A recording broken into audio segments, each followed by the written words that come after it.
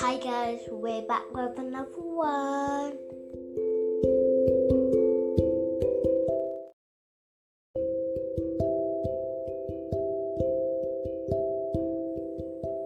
You're listening to the Reeducation podcast.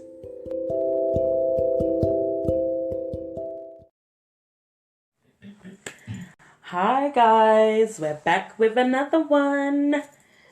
So yes, hi, my name is Simone and you're listening to the Reeducation podcast. Today, I have two special guests with me. I have Sharina. Hey. And I have Alice. Good evening. Look at her. Good evening. Or good night, or good morning. Hello and good night. So guys, we've had quite a few conversations and with all the current events in the world with George Floyd's murder, because that's what it was, with other young black males and women as well being killed at the hands of police. Mainly what's been broadcasted and what's been in the media is in the US, but we've also had some killings here as well in the UK. But I think it's kind of like unearthed a like awakening across the globe. Yeah. And I really wanted to kind of like have this conversation with you guys, and we all are mothers to young boys. And, you know, when do we have that frank talk about racism with our children? I really want to kind of get your thoughts on that. I don't know if it's like, for me personally, I don't know if it's a frank talk. I feel like throughout my son's life, I've tried to teach him things that I know I'm teaching him because of racism, but I haven't titled it that, if that makes sense. I've just taught him certain things so that he's aware of how he's perceived and how he might come across to different people, but I haven't said it's because I'm teaching you this because the world is racist, but I know that that's what I'm trying to guard him from, if that makes sense. And how old is your son? 14. Okay. Well, I have 3 sons. Go girl. So I think I agree with Alicia, but I think now we've got this movement going on. My son is, well, the eldest is 13, so obviously he's aware of things. He's hearing things, social media and everything. So I've had to sit down and talk to him directly about these things and about what can happen on the road with police, or just I just had to title that, you know, not title, but I had to let him know that, okay, instead of beating around the bush and saying this could happen, I've had to let him know these people, specific people, can put you in a situation where you don't want to be in, and what you have to do is A, B, or C. So I've had to let him know, but I don't think when you're like 5, 6, I don't think it should be, oh, you know, the world is racist. This, the world is this, the world. As they grow older, they see, you know, when they get to a certain age, they see certain things for themselves and they question it. They ask you questions. Yeah. And you just have to be honest with them and tell them, because they're not stupid. They're gonna grow. They're gonna go out there. They go to school, secondary school. They're gonna go cinema and all of these places, and they're gonna experience certain stuff. So I think you have to just be honest with them and tell them what the world is really like. But I don't think you should be bashful of it, but just let them know facts. But I think when they're younger, like when they're like 5, 6, it's things like, I know from my personal experience, my son was stronger than the other children. So if they got into anything, he was in more trouble instantly just because he won the fight, if that makes sense. And for me, I feel like that's kind of like a subtle racism in itself. Like, he might not have instigated it, he might not have started it, but because he won, because he's stronger than who he was fighting, he's in more trouble. And I think things like that probably was confusing for him. So as from like being a little boy to being a teenager, I feel like it's different. So now it's him getting stopped, whereas before it was just him getting in more trouble for being bigger or being stronger. Now it's like, oh, you're getting stopped by police. What do I do in that situation when I haven't done anything wrong, but they've come to me for nothing? I think the things that you have to teach them as they go through life is slightly different, because I guess they're looked at differently, and they don't understand why am I being looked at any different to somebody else, when as far as he sees it, we're both just little boys. Yeah, that's true, because I know my son has gotten into situations and it's like the other children play off the fact that the teachers automatically assume that my child is the aggressor. Yeah. So it's like throwing stones and hiding your hand. Yeah. Like that's kind of like what the other children do. But my child can get quite emotional and, takes things to heart. And he just really can't deal with injustice. Yeah, so not being listened to, not getting a chance to put his point across. And that for him just makes him react in a way that if he feels that he's been hard done by, and then he's done something, told the teacher, they've done nothing, and then they continue to do it, and now he's taken it into his own hands. If somebody's hit him or pushed him, he's hit or pushed them back. Oh, you're in trouble. Yeah. Forget what the other person done. Forget that they started it. And my child would stand there and say, but he did this, but he did this. And it's like the teacher doesn't care that he did that first. He just cares about what my child has done, or she just cares about what my child has done, because that's all that they saw. But that's not fair on the child. And because he's the black boy, he's seen as being the aggressor. Like the labels the holes that they pigeonhole our children into, it's not fair. I had my daughter at the age of 4. She just started school, come back from half term in October. She had a nice little hairstyle, beads and everything, what she asked for. And she got told by the little girl that she couldn't go in the hut and play with her friends because she's got brown skin. Now, this other child had blonde hair, blue eyes, and they told my child that. Now, my daughter, as you both know, is very, very, playful, very active. Ready. And she didn't even hear the part that was told to her about brown skin. She just heard, you can't play in here. That was it for her. Yeah. But now her white friend heard where the child had said brown skin and went to the teacher and said, Miss, so-and-so said that she can't play because of her brown skin. All my child heard was, oh, I can't play because she said I can't go in the hut. She stopped listening after that bit. Yeah, that was it. She don't let nothing put her down. And the way it was presented to me by that school, that was like the catalyst of me deciding, I needed to take them out. Yeah. I need to take my kids out of this school. Because I was told that the child didn't know what they was talking about. The child that told the teacher. The child that told my child that she couldn't go in there because she had brown skin didn't know what she was talking about. Oh, so they tried to downplay. Yeah, and told me that twice. And I was like, Well, I don't believe so. I believe that they knew exactly what they were saying, because education starts at home. Exactly. And it's learnt behavior. Everything what children do is learnt behavior. Yeah, somebody so said they've it learnt before. it from somewhere, and the fact that she chose to say that, she could have just said, you can't come in here because you got pink beads in your hair and I don't like pink. Why couldn't she say that? She specifically used the colour of her skin as the reason why she couldn't do something. Yeah.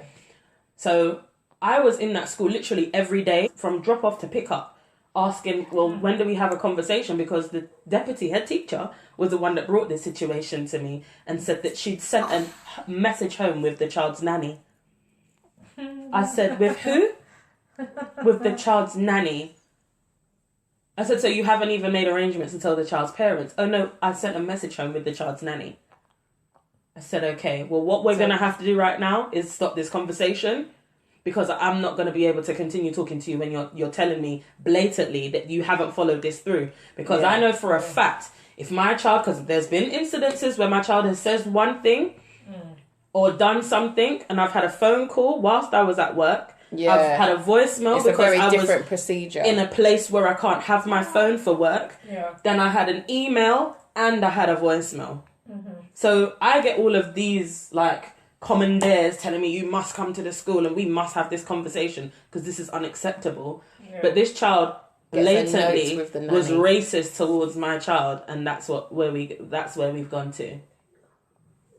But I think they put it down to they play it down to innocence when it's the white children that do things. You know what the class teacher said? Oh, I just think it was a case of mean girls.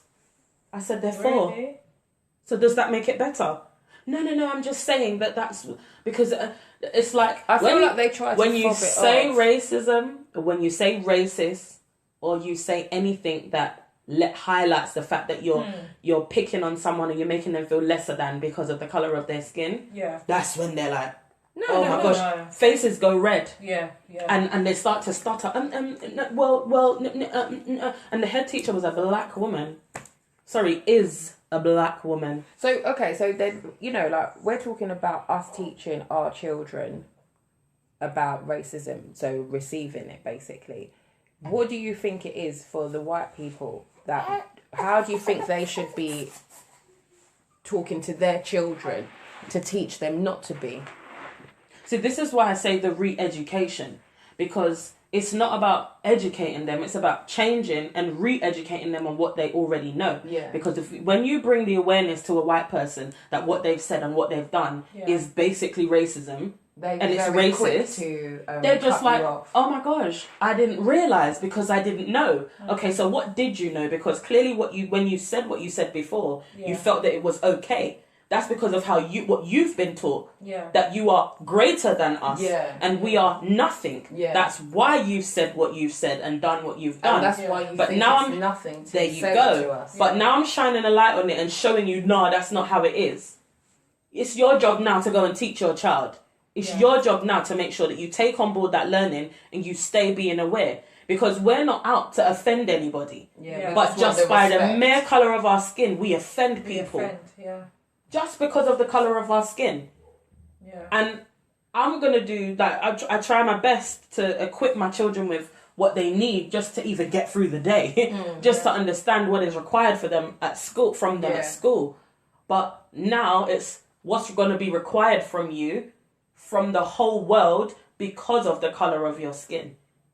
It's not a nice thing to have to mentally prepare yourself for every situation. Not. And yes, education starts at home. That's why I wanted to have this conversation with the two of you, because there definitely is something about it's not just educating our own children, but it's about educating other children from other communities, whether it's white, so Asian, they understand what seems Arab, offensive. whatever. Exactly. All the different communities need to have conversations, but need to be educated in this area.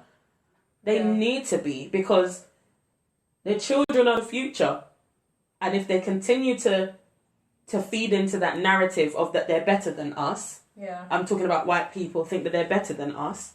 But I think it's too general, because even in school, sometimes the black teachers downplay what is racism as well. And for me, that's where the problem is. Good. So what I wanted to say is, what did you say about the school? I said sometimes the black teachers are the ones that downplay the racism from the white people. And that there is a problem. Yeah, because they don't want to ruffle any feathers. So then, because they want to keep the position, they want to keep the position they're in, so they will play it down. Yeah. But what they have to realise is, when they do that, they build a bigger problem. Yeah. And they need to not do that, because then, I don't want to say, but then the white people will think, oh, it's okay. Yeah, it's fine for them to go. No one's going to tell me anything. Because if Shireena's saying that it's not a big problem, not a big problem. then Why would you because see it as a big because problem? Shireen speaks on behalf of all of the black people in the world. And that's not the case. And that's what. So I in like black people in all different like genres of work, you have to don't downplay things. If something is wrong, You stand up for stand what's... up. Because if you listen, like if you don't stand up, like if you don't stand up for what you believe in, then you're just making it worse on everybody. Yep. You're making it worse on black people in general. And we're trying to come out of that where everybody is, you know. It's for us to challenge as well, but it's for people outside of our community. And when I say like when outside, it comes to school and we challenge, then the comments come, oh, I can see where he gets it from. Oh, yeah, you know, I totally understand why he would come to school and behave like this if that's how you are, you know. It comes, you then feel like, who can I even talk to? Because you all see me as, and all as a parent, all we're doing is standing up for our children. And sometimes, yeah, you might get a bit passionate about that, but for a teacher to turn around and say, you can now see why the child is aggressive, or it just makes it worse. Sometimes the parent isn't even being aggressive. They're just coming in, putting their point across and saying they want something done about it. Just the same way a white lady might come to the school and say, such and such said blah, blah, blah to my son and I want something done about it. You don't automatically call them aggressive. You don't automatically say, well, I see that's where your child got that behaviour from. But with us, that's where they go straight away. So for us, it's like, if I say something, I have to be completely in the right. I can't just go off, like for me, I will have this whole thing with my son. Are you telling me the truth? Because if I go down to the school, I don't want to look like an idiot. Blah, That's blah, the blah, one. blah, blah. That's because the one. you know that when you go down to the school with anything, you have to come correct, because they will come with their backup with all this different, well, your son did this and we think it's because of this and we've tried to get hold of you and it's all these, they bring up every problem they've ever had with you because you come and give them one little bit of something. And I think that's part of the problem as well. Yeah, that's another thing. And I really, that's why I really feel that the younger, the better that we actually have some conversations but then with our children. Also, the other side of that is like, okay, so say your son is like 3 years old, right? You start teaching them about racism, yeah? Then the teacher does something to them, next thing they're turning around, anything the teacher says, I think that's a bit racist. My mum told me that if you talk to me like this, then you got, do you know what I mean? So you've got to wait for them to be equipped to go into the school with that mentality. Well, at 3, they're not going to be in the school yet. No, but you know what I mean? But you have some, when you teach them too young and they flip it back, it's like, okay, like, I don't know about anybody else, but I teach my son, if somebody hits you, you hit them back. But some people would say that mentality is wrong. Oh, you should be the bigger person, you should do this, you should do that. No, hit them back. But I feel like when you teach them certain things too young, they run with it in a way that's not necessarily the way you've taught them. Because they don't have the proper mindset. So I feel like you have to be a bit, you got to be a bit strategic with teaching them this stuff. But my big thing is, we shouldn't have to have these conversations with our children about how quick they're going to be treated differently. But they're treated differently straight away.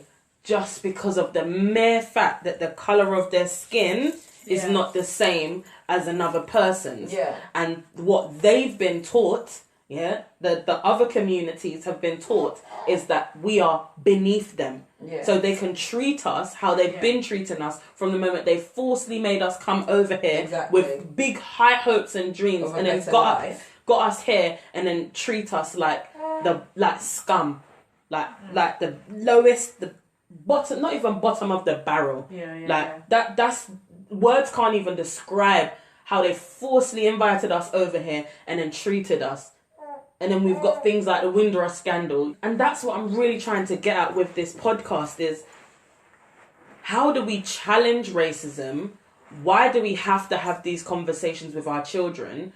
And why are the conversations like this not being had in the other communities to ensure that when you're saying something like equal opportunities and diversity, and you know you're aware about the disproportionate numbers of black people in prisons, black men in prisons, why are you not doing something about it from a government's perspective? Like, why does the ownership have to fall on us to educate? And then we have to filter it? Because call a spade a spade. If a 3-year-old feels that the teacher's being racist, that says something. It may say something to what they were taught by their parent, but at the same time, it says something. Because at the age of 3, you're still understanding what is. Right. And to be honest, as like a 3-year-old, they probably like a teacher might say, okay, so imagine you've got the black child that wants to do something, like wants to go and play in the play area, and then you've got the white child that wants to go and play in the play area, and the teacher says, okay, you only can play in the play area if you finish your work. Okay, so then imagine they're both trying to finish. The white child don't finish, but still the teacher still allows her to go in the play area. Then the black child goes, but why is she in the play area? They don't know what that is. Yeah. But they know that something's wrong there. Because They they know know there's injustice. that they know that That's the word. We were both told the same thing, but they're getting it and I'm not. Right. And I'm not even being like there's things like that happen in schools. Yeah. Kids go through that, but they don't know what that is. They're just thinking, why is that? It's not fair. That's not All fair. they see as it's not Like fair. that, and then when they question it, it's like you're questioning my profession. Yeah. You're Yeah. questioning the Yeah. teacher. You're I'm the talking teacher, back. I told you. Yeah. Blah, blah, blah. And that's literally Yeah. how they want to be treating us. And Yeah. that is not fair. My child at the age of 4, 5, 6, 7, 8, 9, 10, 11, 12, 13, 14, 15, 16, 17, 18, 19, 20, 21. Yeah? Throughout life. Because it's all the way Yeah. out. Yeah? I can Yeah. keep going until 50, until 65. yeah, God willing that they stay alive to that age. yeah, Like, they shouldn't have to experience that. They shouldn't. And I know that they do. So Yeah. what is it that needs to be done? Like, what can we do as parents, as educators, as aunts, as sisters, as just human beings? I think the educational system does need to change. I've seen there's a couple of petitions about like teaching not just white history and stuff like that, because if you look at the history that we're taught in schools, it is taught in a way that black people are lower than, if you look at it in just a general form. Let me interject you. What was black history in your school? Slavery. Only slavery. What did they teach you? Like, did they go through any documentation? Did they refer you to any historians? No. Or tell you a specific story? No. And I feel that's just because where we live. If we lived in America, you get more. more of a back, story of You were just taught slavery started here, ended here. that was Henry it. VIII. That's it. You're That's how it lucky. was. All we got was, I think, half an hour of Amistad. What is it? Damn. I feel like now they show things like roots. Sorry. Now they show things like roots. and That's stuff not like any that. better than But- Amistad. That's a watered down. Amistad is a watered down version of Roots. Yeah. Even But- when they redid it and put it on BBC, like that still was deep to me. That hurt me to the The core. history that they've put in the curriculum is a history that shows black people as less than white people. Yeah, and that's the only And history that's that the they only learn. history that they teach. And that's where the problem starts. So even if at home you're not taught, like as a white person, at home you're not taught black people are less than but when you go to school, that's what you learn. Even if they're not saying it in those words, the way that they teach it to you is showing you that. So that's the only image you have of them. You think, when you think of some black people, they think of slaves. Yeah. That's the way that a lot of white people look at Monkeys. black people. Ask me where that comparison even came from. Exactly. So what you're saying is you think that they should teach more of black history. Yeah. in So there's schools. an understanding and there's a Yeah. level of respect where it comes to black people, because I think there's no respect. And I also think that they should be more freely to talk about it. Yeah. Don't shy away from it, because there's nothing wrong. If someone approached me and said I wanted to, just wanted to speak about, I'll be freely. If a white person approached me, I'll be Yeah. free to talk. Yeah. I don't mind talking about it. But a lot of the time it's the white people that don't want to hear. Yeah. Right, exactly. White people yeah, don't want to hear that they enslaved black people. They don't want to hear it. and that's their ignorance. Yes. That's not their, ours. but that's their Exactly. shame. Yeah. They're not taking any ownership of this slavery. Oh, what are you talking about? That was so long ago. Yeah. But I we mean- still have to do the minute silence for all these other things that happen. But slavery, we must just forget. Let's not even talk about it. And they forget when they talk about do the minute silence for The veterans. the veterans. Do you know how many black veterans there were? Exactly. and you're not doing a minute's silence. I know when these people are doing minute silence, they're not doing a They're minute not thinking silence. They're not of, thinking no. about how many black people came over to help them, or they're not thinking about that. There's a particular image that's in their mind. Right, and I think that's England in a whole needs to change. But I think it's as a not whole. just it's not just school that teaches people that black people are less than. The media does it too. Oh, yes. Oh, of course. So even though they go to school, they learn certain things at school. When they watch the news, when they watch TV shows, the black boy always in a hoodie, always hiding on the corner doing something wrong. The black boy's never really put in a good light when he's in a certain, well, not every show, but a lot of the majority, shows. That's how they show a black boy. Or like... Or a black family, just with the mother. Yeah. There's no father. There's always that There kind of is- stereotype. Right, and there's a lot of white people with no just father. with no father. Do you understand? But they won't show that. They won't highlight They it the don't, way they exactly. do for the black people. And that is all those things. Me personally, if those things don't change, even us teaching them certain things doesn't make a big... Yes. Do you know what I difference, mean? Yeah. Because it's a systemic issue. And it's so deep rooted that you don't notice the subtle things until you really look back at them. Yeah, true. And I'm definitely, I mean, in the wake of everything that's going on in the world right now, I'm definitely committed to calling it out. Yeah. Whether it's at work, whether it's amongst friends, Yeah.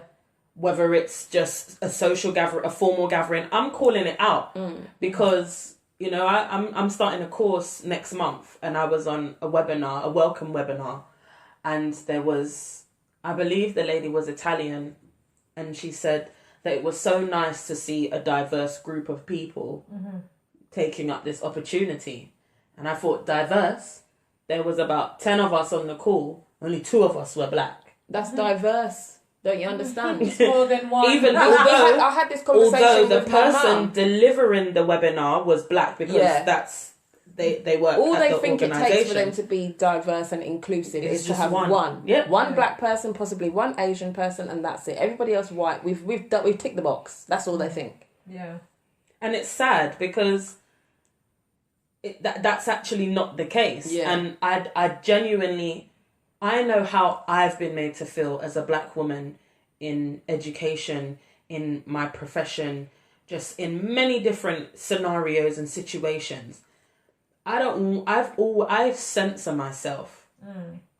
And I regulate myself before I open my mouth. Yeah. Because I don't want to be seen as You're thinking of this perception. and, here we go, the young black girls talking again. Here we go with the attitude, the aggression, the intimidation, the negativity. Like I have to do that for myself. Yeah. And I don't You're want that. censoring yourself. I don't want that for my children. Like, I don't want that for my son, and I don't want that for my daughter. You want them to be able to just be themselves. Yes. Yeah. And that's why I'm making a vow to challenge it now. Because if at least I can make some noise, it will continue to happen.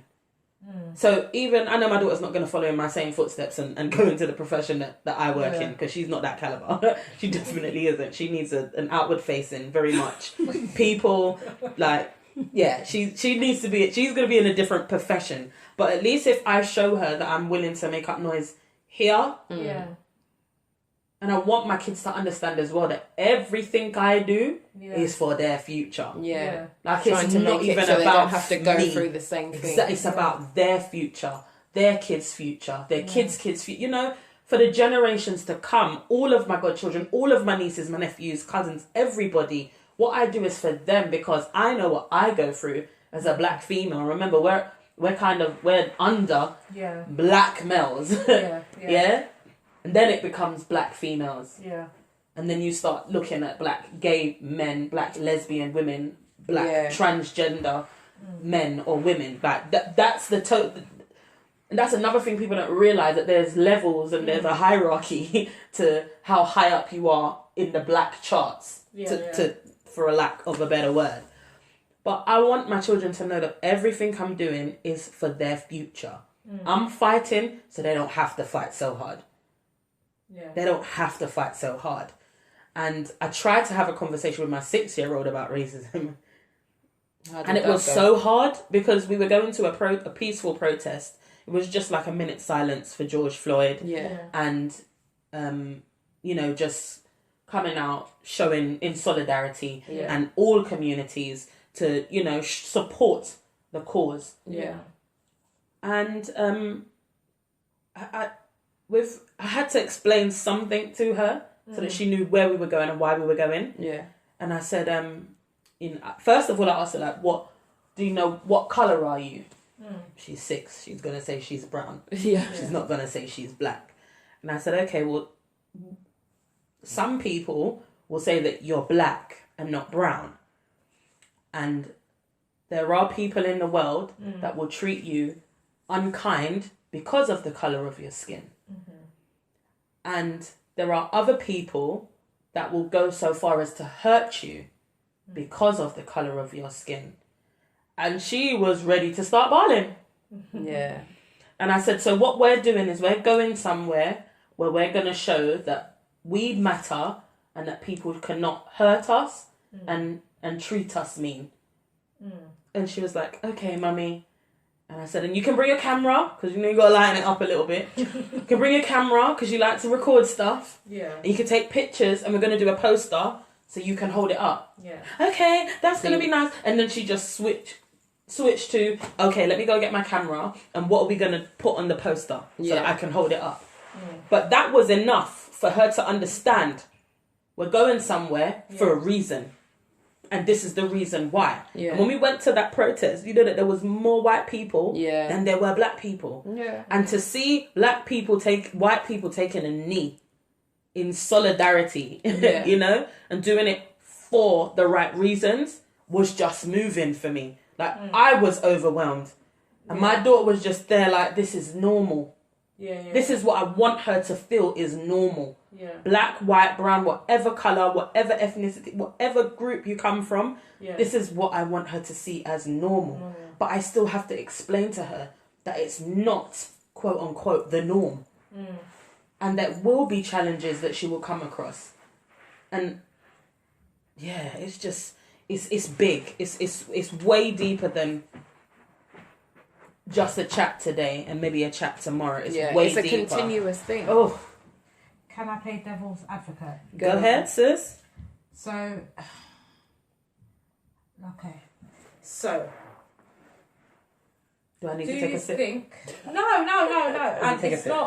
not. What I'm just asking is, so if you teach your child about racism, okay, from any age, yeah, from 5, you know, you're teaching your child and you're telling them, okay, you're telling them about the world and what can happen and how they might be, how they're different, okay, to certain peers around them and class and what have you. Do you think that is teaching them to grow, to have a bit of anger and to have that feeling, well, I've been taught that I'm different, so I have to stand up and I have to be strong and I have to do this and I have to do that. Does that make sense? Like, so do you think that could backfire? Get more of a chip on their shoulder? Yeah, do you think that could backfire in the long run? Well, I guess with that, for me, it's about the delivery. Like, how are we delivering the message? Because unbeknownst to them now, they actually do have a chip on their shoulder. They have baggage that they're having to walk with on a day-to-day basis that they're unaware of. Just like when your son was, because he's bigger, he's naturally going to be the aggressor and it's his fault. Because my son is black, and the other teacher doesn't see what the other child's done, but they've already labelled him as a bad behaved and the aggressive, all of these things.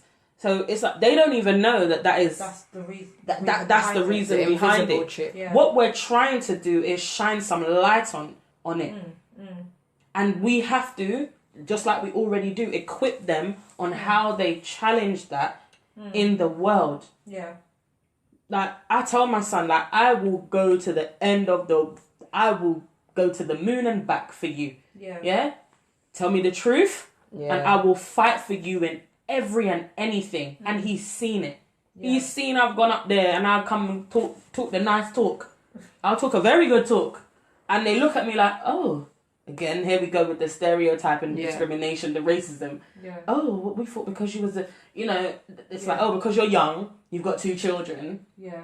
You don't really know nothing. But Yeah. you don't know what I do. You don't know my education. You don't know about my background, my experience. They don't expect you to be able to articulate yourself. Yeah, so when you now come, that's why I tell myself, like, whatever's happened, tell me the truth. Yeah. We'll sort it out. We'll deal it with it. I will fight for you so you don't have to. Yeah. I'm going to show you how you challenge these things. Yeah. I'm going to show you how you deal with these things. Yeah. So it's not about equipping them and then giving them this making that chip visible and all this baggage that they weren't even aware of. Like, now you've got to carry that every day. Yeah. It's about shining a little bit of light on why that's there. Yeah. It's not their fault. Not at all. Yeah. This is why it's here. And this is what we're going to do to make sure that this doesn't affect your life. Yeah. Okay, so another question then. Do you think that teaching them the history will make them more angry? Because it makes me kind of angry. You know what I'm hearing? Is a lot of fear. No, do you know what? No, No, it's not fair. I just wouldn't wanna- say it's fair because I've spoken to my son and I've told him, like, I've given him a background of, I haven't spoken to the younger 2, but the bigger one, because he has more of an understanding. So I've given him a background. We've had conversations, and I have told him certain stuff, and he has like for instance, he said to me the other day, so basically he said something happened, and he was thinking, why is it that they treat me this way and not that person this way?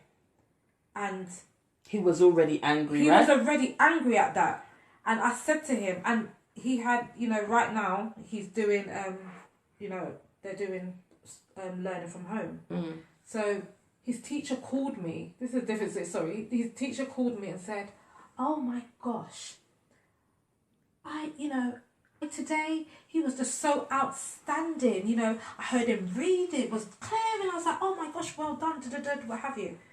So then I said, okay, because in my head I'm thinking, my son can read. My son's not stupid. But I'm like, okay. So I'm like, all right. So when I came off the phone, I said to him, is that the first time they've heard you read like that? And he said, yes, because he doesn't read at school. And I said to him, well, listen, in the future, don't make no one assume you can't do things. You show them that you can do it. If you choose, after you've shown them, if you choose you don't want to do it, at least they know that you can. But don't make them assume, because they see you for the colour of your skin and think, oh, he can't read, he can't do this properly, oh, he can't do English, maths, or he can't, and they assume these things. And I said, don't make anybody assume nothing of you. You always show 100% in anything that you do in life, anything. And then after that, if you choose, okay, I'm going to sit back, I don't want to do this because I'm not feeling it, then if you feel to sit back, you sit back. But don't make them assume you can't do anything. You can't. And that's what that teacher did. She assumed he was unable to read at a certain level because they've never heard him read. So she wanted to call in, oh, wow, and da-da-da. But it's I'm not thinking, a wow. That's not a wow, because he reads at home. He can read. He's not stupid. And so I had to sit down and tell him that I'm like, listen, anything you do, you put 1,000% into it. Don't ever make anybody, and I said, don't make your teacher call me. I'm going to be honest. I was like, just don't make your teacher call me for silliness like that. Yeah. Because that's something that you do on a daily basis. And that's not a wow situation. And then he took that in. And I said, when it comes to homework, because he goes to a school that, majority is white. They're, oh, hi. Oh, yes, hi. Yeah, hi. Hi, Miss, you right, James? Oh, Tommy, stop. All of that. Sorry, but it's facts. So he already, because he wanted to move schools. Yeah. I'm not even going to lie, he wanted to move schools because he thought that he didn't fit in. Yeah. Because of the surroundings. But I told, don't make anyone assume. And people assume things because of your colour of your skin. But they assume it before he even steps in the class. Yes. Right. And so I had to break it down, like in school when it comes to tests, all of these things. When you go to work, don't make because people, even in workplaces, They love to say black people's lazy. They will say you're lazy. They will try and give you the shittiest job when we're the hardest ones working. You know, like, and so don't, show how well you can do things. Yeah. And then if you feel you want to sit back, you sit back. But so I had to speak to him about that. But I don't, as you said, it's not. I wouldn't say there's no fear in those questions, but those questions are gonna be questions that people are asking because it's like girl kids, like black girls, they do things that black boys do as well, but it's the black boys that are highlighted, and you don't want to put. Well, it's the reason why I say that is because with the black boys, the fear is, for me, it's more than for the girls, because when you send out your boy, in my heart sometimes I panic if I can't get hold of him, because it's like, why can't I get hold of you? What's happened to you? Something could have happened. With a girl, you might, because it's a different level of it's a different level of fear with a girl, and it's from very young to I'm just speaking from my my own. It's a different level of fear for a girl because she's a girl. And we can have that conversation a different day. But I think to go back to your question about do you think that we're making them angry, there's a lot of stuff that we're privy to that we learn as we get older that makes us angry, that gets us like rage. I can't even say angry. Like everything that's been happening, that I've taught it's myself, been rage inside of me. But so now, where do I channel that?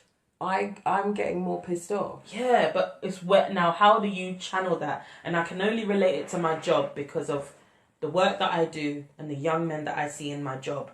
I had to channel those emotions, that anger, to improve that not even disappointment, like that rage that was just burning inside of me. I have to channel that into the job that I do. So I give 150 million%, even though that don't even make no sense. But that's how much I give to my job, because there's more black men in the environment that I work in, young black men, than there are any other group. And it's not right in my eyes, because the system has led them to where they are. You know that the schooling system is designed that way. Yeah, of course. There's a pathway. There's an organisation that one of their campaigns. Yeah, I don't want to give too much away, but one of their campaigns, I don't know. You guys don't ride the tube to work. I've seen the thing, but they're stuck. Like the timeline. The timeline from school to criminal prison. Justice. Wow. I didn't know Yeah, they did. It starts with exclusions. Yeah. It's very subtle the way that it goes into it, but it does take you there. But it's like I have to channel that anger and that rage and pour it into my work so that I'm using those emotions for a good cause. Yeah. And it's just me that's a little drop in the ocean. That's not even making a ripple. No, but for me, it's the small things that we can do. Like when I used to do recruitment for when I was working certain place, I used to do recruitment. A lot of the time, if like young black boys would come, they've got no experience, and a lot of the time when you talk to them, they're like, no one will recruit me because I've got no experience. No one ever gives me a chance. So I would give them the opportunity, because as far as I'm concerned, no one else is going to let them do it. How they meant to start somewhere. That's, for me, is just a small thing you can do. And some people may not understand that. We have to do what we do sometimes for the community. Yeah. And it might feel very tiny, but it's, you don't know who you're helping. So what we need to do then, to answer your question, when you say, do we think that it's going to make them angry, is we've got to give them that space to let that anger out. Because what do you mean, like boxing and... It doesn't even necessarily have to be something physical. It might just be conversations. But a lot of them it might be volunteering. That I think they need the physical release. They can definitely, but we need to provide that environment. and that space Yeah. for them to be able to let it out, but also let them take charge of how they let it out. So giving them choice and not just forcing them to say, well, you're going to do this. Because Can I I think just that's... intervene? I feel, to your question as well, Alice, that to say what you said as well, Simone, is for them not to get angry is your deliverance. It's how you deliver things to them. But then, okay, so if you watch, like, a Malcolm X interview... Jesus. Like, who killed Malcolm X? That can trigger you. The treatment can trigger you. The things he discusses can trigger you. Yeah. Because you, in your mind, you're thinking, well, why are we being treated like this? Yeah, we should be angry. And wait, can I just stop you there? Do you and for that anger, do you think it will have a lot to do with the bigger boys being angry because of police, of how police treat them? So when they watch things like that, they kind of put things together of, like, say, "Wow, the police treat me like this," and and Malcolm X was treated like that. You know, they can relate to certain they things. because they put it together. Right, and say that was back in 1970 what? 1960 when? And it's still happening in 2020? Now. I think, yeah, it can be related to, but that just shows you that the times haven't changed. Yeah, it hasn't. It hasn't changed at all. It hasn't changed. And all it would take is one police officer to say something the wrong way or to manhandle you the wrong way, and you go back to all the things you might have heard, and then you're just, you might lash out. Yeah. Okay, and I just want to stop, and I'm going to play devil's advocate again. Go on. Shall we just call you devil's advocate? And I'm going to play that because then that person, okay, we're talking about boys, right? That boy, as you said, it starts from home. They need to learn how to have self-control. Yes. Yeah. That's it there. If they go out, if they could be triggered so easily, they have no self-control. And that is dangerous for them. Yeah. They need self-control. They need to be taught self-control. But maybe then that's part of the issue as well. We got to teach them. All right. But in saying that, if they're triggered and they need to be taught self-control. Where are they learning that? What, self-control? Where is it being consistently reinforced? Because I know I've been triggered at school and I'm a female. I've been triggered at college. Yeah. I've been triggered at university. I've been triggered in many a place. Yeah, but I think so. Even if I'm taught that self-control, when I go into the system, which is education, into the NHS, whatever it is that I need to go to that service, or I need to be a part of that environment. I'm still triggered. But my version of self-control is playing the game. Do you get what I mean? What do you mean by playing the game? I personally feel like when I'm at work sometimes and like there might be a certain topic, it could be anything come up, something that might piss me off, right? I'm laughing because I can see myself there too.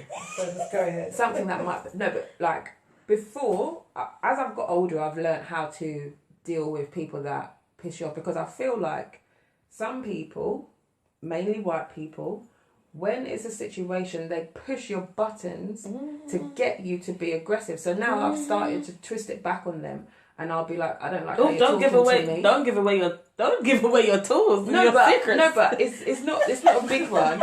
I now call them aggressive straight away, and I'm like, I don't like how you're talking to me. I need somebody else in the room. I feel like this is aggressive. Like I'll give it back to them before they can say I'm the one.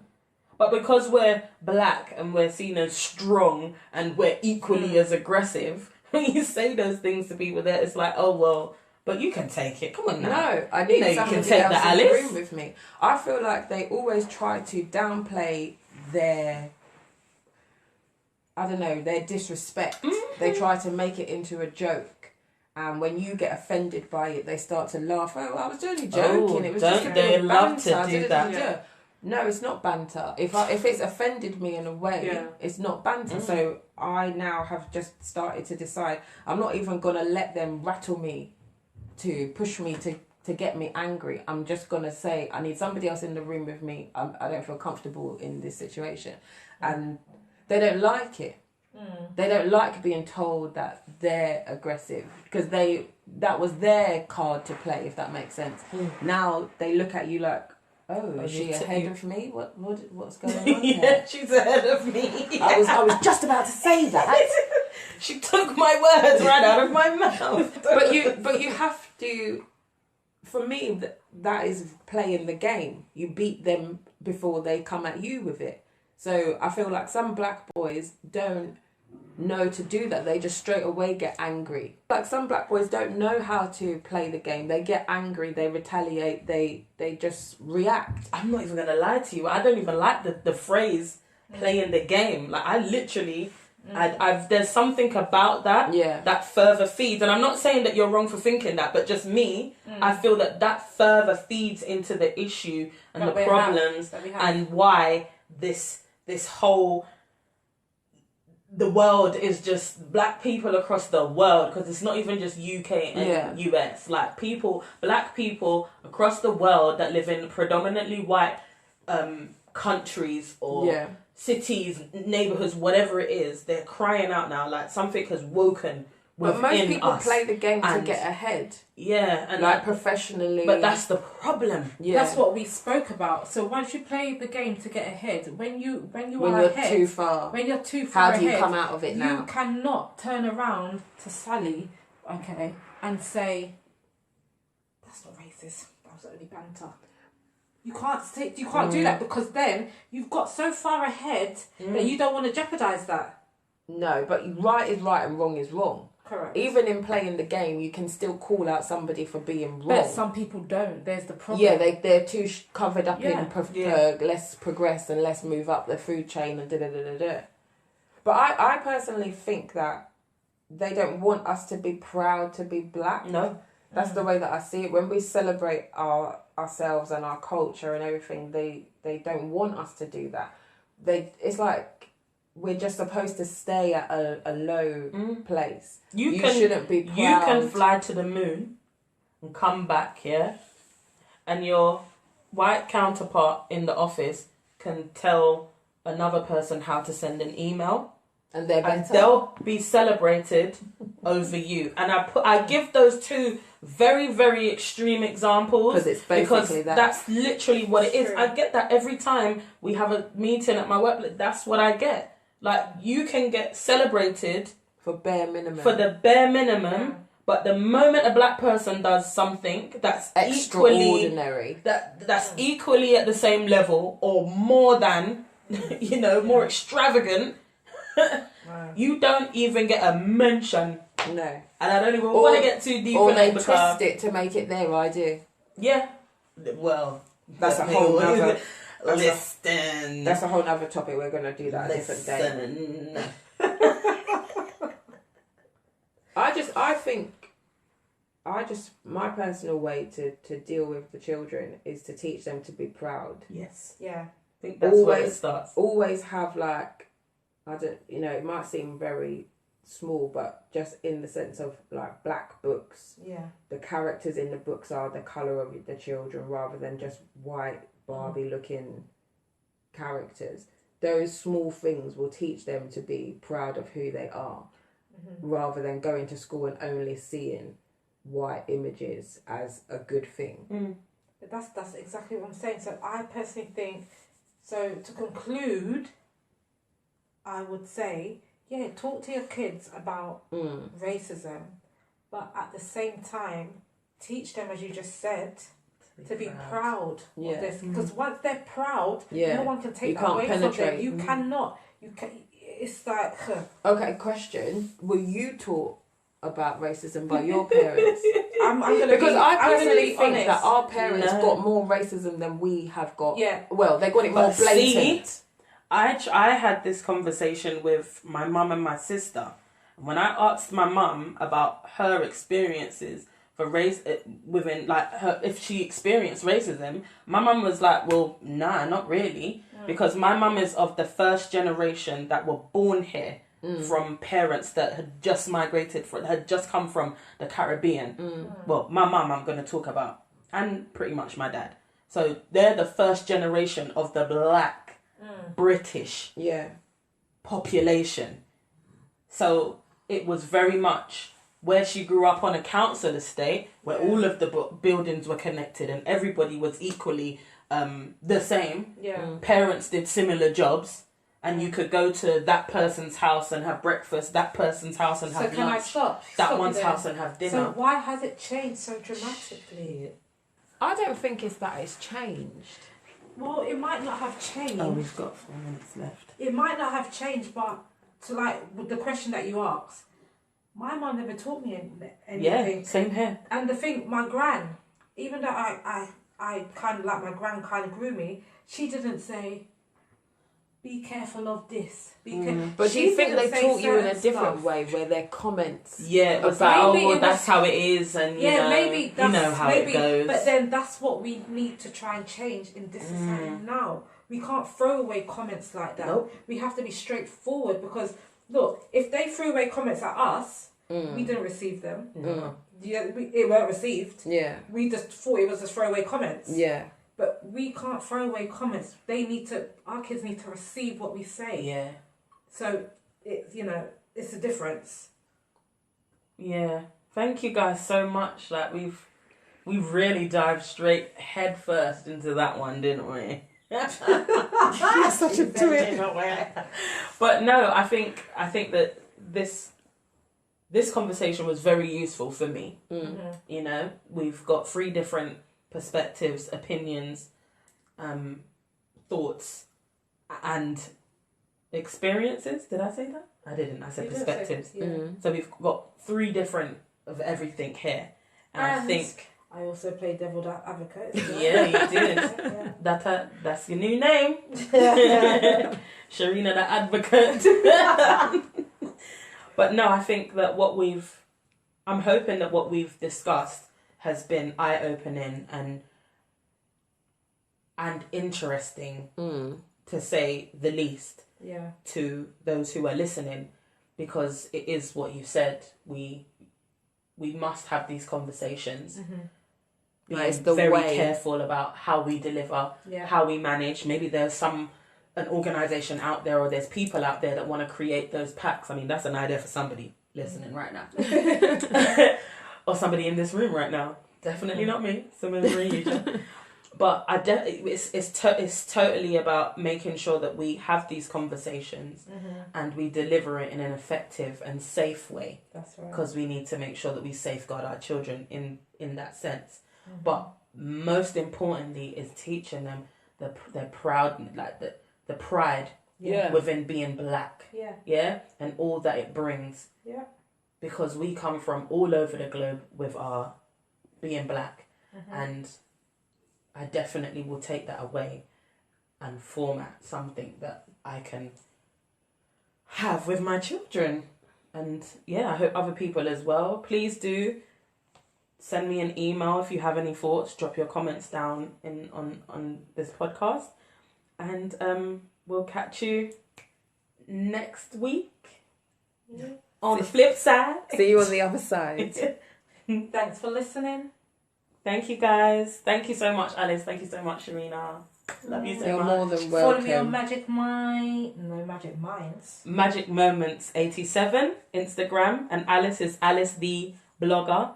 Alice the hustler.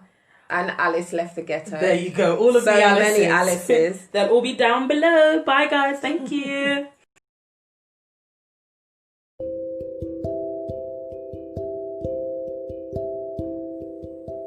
You're listening to the Reeducation podcast.